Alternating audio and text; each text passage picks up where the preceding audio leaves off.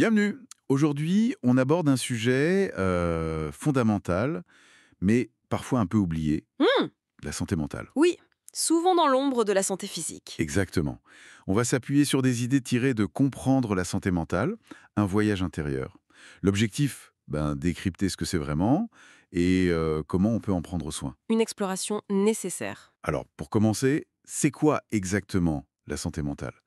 Le texte est clair là-dessus, ça va bien au-delà de juste ne pas avoir de maladie psy. Tout à fait. C'est défini comme un état de bien-être dynamique qui permet de s'épanouir, de gérer le stress normal de la vie. De réaliser son potentiel aussi, Mhm. travailler, contribuer. C'est vraiment une ressource active. Et cette vision, elle est cruciale aujourd'hui, hein. L'ouvrage souligne les défis actuels. L'anxiété, la dépression, parfois insidieuse, le burn-out, l'isolement, des choses qu'on entend beaucoup. Oui, et le texte dit que c'est intensifié par notre monde moderne. Le rythme est freiné, l'hyperconnexion La constante. surcharge d'infos, les notifs tout le temps. C'est ça, la comparaison sociale en ligne aussi, cette pression subtile mais constante. Ah oui, ça parle à beaucoup de monde, ça. L'impact décrit, c'est souvent une fatigue, pas juste physique, hein. Non, une fatigue mentale, un épuisement et cette sensation de déconnexion de soi-même, de ses besoins. Un peu comme si quelque chose manquait, mais on ne sait pas trop quoi. C'est ça. C'est ça. Et l'analyse va plus loin, elle parle d'un brouillard mental qui affecte la clarté, les décisions au quotidien. D'accord. Ce qui nous amène à la question clé du document. Bon, face à ça, comment on agit? Comment on cultive activement cette santé mentale? Justement, le texte propose 5 stratégies, présentées comme simples, mais efficaces. La première, des moments de silence, chaque jour. Pas forcément long, mais régulier. Oui, juste être là, sans écran.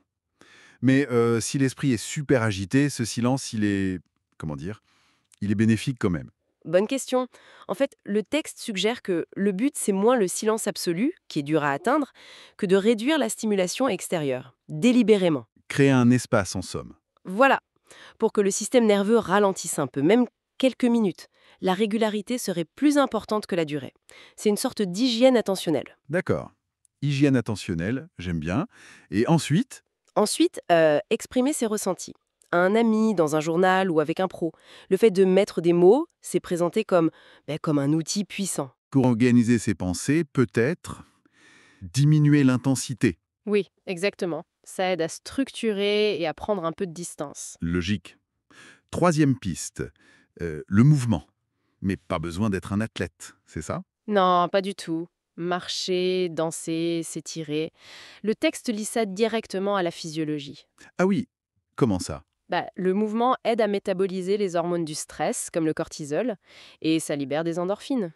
Bon pour l'humeur. Donc, agir sur le mental via le corps. Directement. C'est ça. Quatrième point, le sommeil. Suffisamment et de bonne qualité. On insiste souvent sur les 8 heures, mais le texte dit quoi? Il insiste moins sur un nombre d'heures précis que sur la régularité des cycles veille-sommeil et la qualité du repos. C'est essentiel pour la régulation émotionnelle, les fonctions cognitives. D'accord.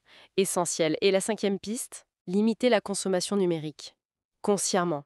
Surtout le soir avant de dormir. J'imagine que ça aide pour le sommeil, avec la lumière bleue et tout ça. Mais il y a autre chose. Oui. Au-delà de la mélatonine perturbée par la lumière bleue, le document souligne que cette déconnexion aide à préserver notre concentration. Et aussi, ça permet à l'esprit de vagabonder, ce qui est apparemment crucial pour la créativité, l'intégration des infos. Intéressant. 5 pistes simples, mais faut quand même une certaine volonté pour les intégrer face aux habitudes, non? Oui, ça demande de l'intentionnalité, c'est sûr. Et au-delà de ces gestes quotidiens, il y a un message fort qui revient souvent dans ce qu'on a lu. Demander de l'aide. Ah oui, c'est central. Ce n'est pas une faiblesse, mais un acte de... De courage, de lucidité, une démarche pour prendre soin de soi. Le texte utilise une expression forte, un acte d'amour envers soi-même. C'est très juste. En résumé, ce qui ressort, c'est que la santé mentale, c'est un processus continu, un état de bien-être qu'on cultive activement. C'est pas une destination fixe, quoi. Non, c'est un cheminement. Et ces gestes simples du quotidien, ces petits ajustements conscients, ce sont les fondations. Il faut juste reconnaître que notre esprit mérite autant de soins préventifs que notre corps. Tout à fait. Alors, pour finir, une petite question qui découle de tout ça.